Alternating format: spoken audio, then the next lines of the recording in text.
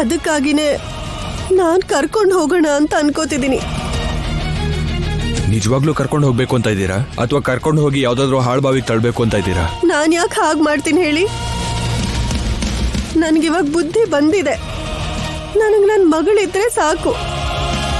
ನೀವೊಂದ್ ಸ್ವಲ್ಪ ಅವಳಿಗೆ ಬುದ್ಧಿ ಹೇಳಿ ನನ್ನ ಜೊತೆ ಕಳಿಸ್ಕೊಡಿ. ಕರ್ಕೊಂಡು ಹೋಗಿ ಚೆನ್ನಾಗಿ ನೋಡ್ಕೋತೀರಾ ಅಂದ್ರೆ ನನಗೆ ಯಾವ ಅಭ್ಯಂತರನೂ ಇಲ್ಲ. ಹಾಗೆ ಆಗ್ಲಿ, ಕರ್ಕೊಂಡು ಹೋಗಿ. ಅಣ್ಣ, ಚಾರುನ ಗೌರಿ ಅವ್ರ ಜೊತೆ ಕಳಿಸ್ಕೊಡು ಅಂತ ಏರ್ಪಾಡು ಮಾಡು. ಸರಿ ಅಣ್ಣ. ಭಾವನವ್ರೆ, ಭಾವನವ್ರೆ, ಭಾವನವ್ರೆ, ಭಾವನವ್ರೆ, ಏನಾಯ್ತು ಭಾವನವ್ರೆ? ಯಾಕಿಷ್ಟು ಅವಸರದಲ್ಲಿದ್ದೀರಾ? ನೀವ್ ಈಗ್ಲೇ ಮನೆಗೆ ಬರ್ಬೇಕು ಭಾವನವ್ರೆ. ಇಲ್ಲಿ ಫ್ಯಾಕ್ಟ್ರಿ ವಿಷಯ ಮಾತಾಡ್ತಿದ್ವಿ, ಏನಾಯ್ತು ಅಂತ ಹೇಳಿ ಬಾವ. ಮನೇಲಿ ದೊಡ್ಡ ಜಗಳನೇ ಆಗ್ತಿದೆ ಶಿವರಾಜು.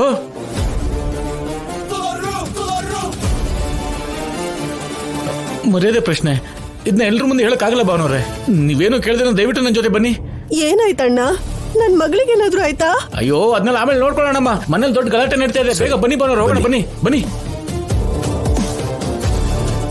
ಆ ಕೇಸಿಗೆ ಸಂಬಂಧಪಟ್ಟಿರೋ ವಿಷಯಗಳನ್ನ ಕೇರ್ಫುಲ್ ಆಗಿ ನೋಡಿ. ಸರಿ ಶೌರ್ಯ ಸರ್, ಶೌರ್ಯ ಸರ್. ಸಾರಾ ಯಾವ ಊರ್ಗೆ, ಯಾವ ಬಣಕ್ಕೆ? ಅವರು ನನ್ನ ಹಸ್ಬೆಂಡ್, ಡಿಗ್ರಿ ಕಾಲೇಜಲ್ಲಿ ಹಾಕಿ ಕೋಚ್. ನೀವ್ ಯಾರ ಬಗ್ಗೆ ಕೇಳ್ತಾ ಇದ್ದೀರಾ? ರಾಮಾಪುರದಲ್ಲಿ ಒಬ್ಬರನ್ನ ಹತ್ಯೆ ಮಾಡಿದ್ದಾರೆ ಅಂತ ನೀವು ಅರೆಸ್ಟ್ ಮಾಡಿದಿರಲ್ವಾ? ಅವನು ನನ್ನ ಮಗ, ಇವಳು ನನ್ನ ಸೊಸೆ. ಏನು ರಾಮಾಪುರನ?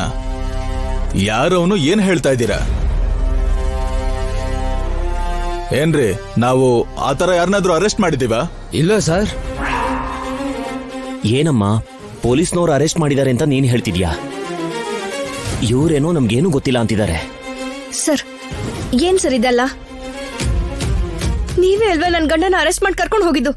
ನಾನೇ ನೋಡ್ದೆ. ನಿಜವಾಗ್ಲೂ ಸಾಯಿಸಿದ್ದು ಅವರಲ್ಲ ಸರ್, ಬೇರೆಯವರು. ಇದೆಲ್ಲ ಒಂದ್ ಕುತಂತ್ರ. ಹೇಳಿ, ನಮ್ ಶೌರ್ಯ ಸರ್ ಎಲ್ಲಿ? ನಿಮ್ ಗಂಡ ಕಾಣಿಸ್ತಾ ಇಲ್ಲ ಅಂದ್ರೆ ಮಿಸ್ಸಿಂಗ್ ಕಂಪ್ಲೇಂಟ್ ಕೊಡ್ಬೇಕು. ಏನ್ ಮಾಡಿದೀವಿ ಅಂತ ಬಂದು ನಮ್ಮೇಲ್ ಗಲಾಟೆ ಮಾಡ್ತಾ ಇದ್ದೀರಾ? ನಾವ್ ಆ ರೀತಿ ಯಾವ ಅರೆಸ್ಟ್ ಮಾಡಿಲ್ಲ. ಸರ್, ನೀವೇ ಅರೆಸ್ಟ್ ಮಾಡಿದ್ರಿ. ಇಲ್ಲ ಅನ್ಬೇಡಿ. ನಾವಲ್ಲಮ್ಮ. ಯಾರನ್ನ ನೋಡಿ ಯಾರು ಅನ್ಕೊಂಡಿದ್ದೀರಾ ನೀವು? ನೋಡಿರೋ ವ್ಯಕ್ತಿನ ಮರ್ತೋಗೋದಿಕ್ಕೆ ಅವಳೇನು ಚಿಕ್ಕ ಮಗು ಅಲ್ಲ ಸರ್. ದಯವಿಟ್ಟು ನೀವು ನಿಜ ಹೇಳಿ. ಅಯ್ಯೋ, ಏನ್ರಿ ನಿಮ್ದು? ಪೊಲೀಸರ ಮೇಲೆ ಅನುಮಾನ ಪಡ್ತೀರಾ? ನಮ್ಮೇಲೆ ನಂಬಿಕೆ ಇಲ್ಲ ಅಂತಂದ್ರೆ ಇಡೀ ಪೊಲೀಸ್ ಸ್ಟೇಷನ್ ಹುಡುಕ್ ನೋಡಿ. ಇಲ್ಲ ಅಂದ್ರೆ ಮಿಸ್ಸಿಂಗ್ ಕಂಪ್ಲೇಂಟ್ ಕೊಟ್ಟು ವಾಪಸ್ ಹೋಗಿ. ಎಲ್ಲಿದಾರೋ ಹುಡುಕಿ ಹೇಳ್ತೀವಿ. ನೋ ನೋ, ನೀವು ಸುಳ್ಳು ಹೇಳ್ತಾ ಇದ್ದೀರಾ. ನೀವು ಕೂಡ ಅವ್ರ ಜೊತೆ ಕೈ ಮಿಲಾಯಿಸಿದೀರಾ. ಏನ್ ಮಾತಾಡ್ತಿದ್ಯಮ್ಮ ನೀನು? ಎಸ್, ನೀವ್ ಎಲ್ಲರೂ ಒಂದೇ. ಜನರು ವೋಟಿಂದ ಗೆದ್ದಿರೋ MLA, ಜನರನ್ನ ಕಾಪಾಡಬೇಕಾಗಿರೋ ನೀವುಗಳೇ ಈ ರೀತಿ ಅಡ್ಡದಾರಿ ಹಿಡಿತಾ ಇದ್ರೆ ಇನ್ ಜನಗಳಿಗೆ ದಿಕ್ಕ್ಯಾರು, ರಕ್ಷಣೆ ಯಾರು, ನ್ಯಾಯ ಎಲ್ತಾನೆ ಉಳಿಯತ್ತೆ? ಏಯ್, ಯಾರ ಮುಂದೆ ಮಾತಾಡ್ತಾ ಇದ್ಯಾ ಗೊತ್ತಾ? ಸರ್, ಮಾತಿನ ಮೇಲೆ ಸ್ವಲ್ಪ ನಿಗಾ ಇಟ್ಕೊಂಡು ಮಾತಾಡಿ ಸರ್. ಅವಳನ್ನ ಯಾರು ಅನ್ಕೊಂಡಿದ್ದೀರಾ? Endowment officer. ಯೂನಿಫಾರ್ಮ್ನ ಅಡ್ಡ ಇಟ್ಕೊಂಡು ಈ ರೀತಿ ಮಾಡೋದಕ್ಕೆ ನಿಮಗ್ ಸ್ವಲ್ಪನೂ ನಾಚಿಕೆನೆ ಆಗ್ತಾ ಇಲ್ವಾ? ನೋಡಿ ಮೇಡಮ್, ನೀವು ಎಂಡೋಮೆಂಟ್ ಡಿಪಾರ್ಟ್ಮೆಂಟ್ ಅಲ್ಲಿ ಇರೋದಕ್ಕೆ, ಗೌರ್ಮೆಂಟ್ ಎಂಪ್ಲಾಯಿ ಆಗಿರೋದಕ್ಕೆ ರೆಸ್ಪೆಕ್ಟ್ ಕೊಟ್ಟು ಮಾತಾಡ್ತಾ ಇದ್ದೀನಿ. ನೀವು ಹೀಗೆ ಇಲ್ದೇ ಇರೋ ಆರೋಪನ ನಮ್ಮ ಮೇಲೆ ಮಾಡಿ ಹೀಗೆ ಪಬ್ಲಿಕ್ ಆಗಿ ಪೊಲೀಸರು ಮಾನ ತೆಗೆಯೋದು ಕೂಡ ಅಪರಾಧನೇ. ಅದಕ್ಕೆ ನಿಮ್ಮನ್ನ ಅರೆಸ್ಟ್ ಮಾಡ್ಬೇಕಾಗಿ ಬರುತ್ತೆ. ರಾಜಲಕ್ಷ್ಮಿ, ಇಲ್ಲಿ ಗಲಾಟೆ ಬೇಡಮ್ಮ, ಬಾ ಹೋಗೋಣ ನಾವು. ಒಂದ್ ನಿಮಿಷ ಇರಿ ಮಾವ. ಅರೆಸ್ಟ್ ಮಾಡ್ತೀರಾ ನನ್ನ? ಈಗ ಬಿದ್ದಿರೋ ಏಟ್ಗೆ ರಾಜಲಕ್ಷ್ಮಿ ನಮ್ ದಾರಿಗೆ ಬರ್ಲೇಬೇಕು. ನಮ್ಮ SI ಫೋನ್ ಮಾಡ್ತಿದ್ದಾರೆ. ಸರ್ ಹೇಳಿ SI. ಆ ರಾಜಲಕ್ಷ್ಮಿ ರಾಜಾರಾಮ್ ಅವ್ರ ಮಗಳ? ಹೌದು. ಏನಕ್ಕೆ? ನನ್ಗ ಆ ವಿಷಯನ ಹೇಳಲೇ ಇಲ್ವಲ್ಲ ನೀವು? ನಾನು ಅರೆಸ್ಟ್ ಮಾಡಿದವನ್ನ ನಿಮಗೂ ಒಪ್ಪಿಸ್ತೆ. ರಾಜಲಕ್ಷ್ಮಿ ಬಂದು ನನ್ ಗಂಡ ಸೇಫ್ ಆಗಿ ವಾಪಸ್ ಬರ್ದೆ ಹೋದ್ರೆ ನನ್ ತಂದೆ ರಾಜಾರಾಮ್ ಅವ್ರು ಬರ್ತಾರೆ ಅಂತ ವಾರ್ನಿಂಗ್ ಕೊಟ್ಟು ಹೋಗಿದ್ದಾಳೆ. ಅದೇನಾದ್ರೂ ನಡೀತು ಅಂದ್ರೆ ಪೊಲೀಸ್ ಸ್ಟೇಷನ್ ಇರುತ್ತೆ ಸರ್. ಪೊಲೀಸ್ ಸ್ಟೇಷನ್ ಅಲ್ಲಿ ನಾವ್ಯಾರು ಇರಲ್ಲ. ಏಯ್, ಅಲ್ಲಿ ರಾಜಾರಾಮ್ ಇದ್ರೆ ಇಲ್ಲಿ ವಾಸುದೇವ್ ಏನೀಗ? ಸರ್ ಅದ್ ಹಾಗಲ್ಲ ಸರ್. ಏನು ಆಗಲ್ಲ, ನೀನ್ ಕೂಲ್ ಆಗಿರು. ಇದನ್ನ ಹೇಗ್ ಡೀಲ್ ಮಾಡ್ಬೇಕು ಅಂತ ನನಗ್ ಗೊತ್ತಿದೆ.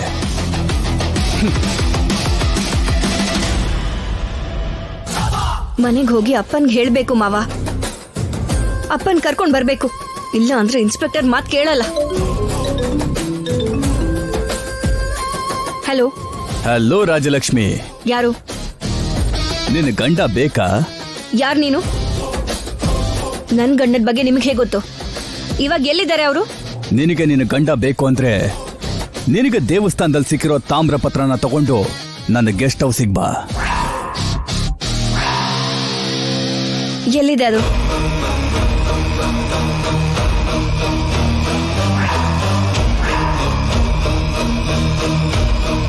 ಈ ವಿಷಯ ಬೇರೆ ಯಾರಿಗೂ ಗೊತ್ತಾಗ್ಬಾರ್ದು.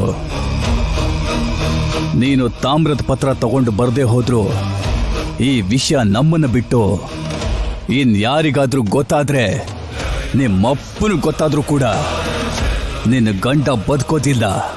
ಇಲ್ಲ, ನಾನ್ ಬರ್ತಾ ಇದ್ದೀನಿ.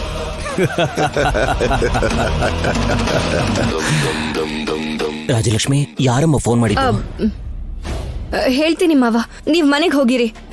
ಅವ್ರನ್ನ ನಾನ್ ಕರ್ಕೊಂಡ್ ಬರ್ತೀನಿ. ಅವನು ಯಾವ ಸಮಸ್ಯೆಲಿದ್ದಾನೆ ಅಂತ ಹೇಳಮ್ಮ. ಮಾವ, ನನ್ನನ್ನ ನಂಬಿ. ಅವ್ರಿಗೆ ಎಂತ ತೊಂದ್ರೆನೂ ಬರಕ್ ಬಿಡಲ್ಲ. ನನ್ ಪ್ರಾಣನ ಒತ್ತೆ ಇಟ್ಟಾದ್ರೂ ಕರ್ಕೊಂಡ್ ಬರ್ತೀನಿ. ನೀವ್ ಹೋಗಿ ಹೋಗಿ ಮಾವ. ಹುಷಾರು ಕಣಮ್ಮ.